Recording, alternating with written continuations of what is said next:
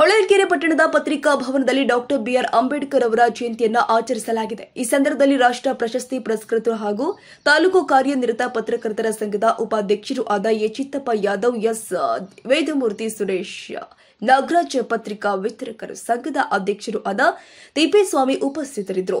ಸಂವಿಧಾನ ಶಿಲ್ಪಿ doctor B R Ambedkar ಅವರ ಆದರ್ಶ ಜೀವನದಲ್ಲಿ ಅಳವಡಿಸಿಕೊಂಡು ಮೌಲ್ಯವನ್ನ, ತತ್ವವನ್ನ, ಶಿಕ್ಷಣ, ಸಂಘಟನೆ, ಹೋರಾಟ ಇವುಗಳನ್ನ ಪ್ರತಿಯೊಬ್ಬರು ಕೂಡ ಜೀವನದಲ್ಲಿ ಅಳವಡಿಸಿಕೊಳ್ಳಬೇಕು ಅಂತ ಶುಭ ಹಾರೈಸಿದ್ರು.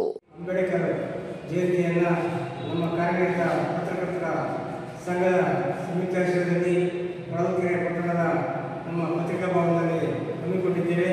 ಈ ಒಂದು ಪತ್ರಿಕಾ ಭವನದ ಬಂದಿರತಕ್ಕಂಥ ಎಲ್ಲ ಕಾರ್ಯನಿರತ ಪತ್ರಕರ್ತರಿಗೂ, ಎಲ್ಲ ಪತ್ರಿಕಾ ವಿತರಕರಿಗೂ ನಮ್ಮ ಅಂಬೇಡ್ಕರ್ ಅವರ ಜನ್ಮದಿನದ ಶುಭಾಶಯಗಳನ್ನು ಕೋರುತ್ತೇವೆ.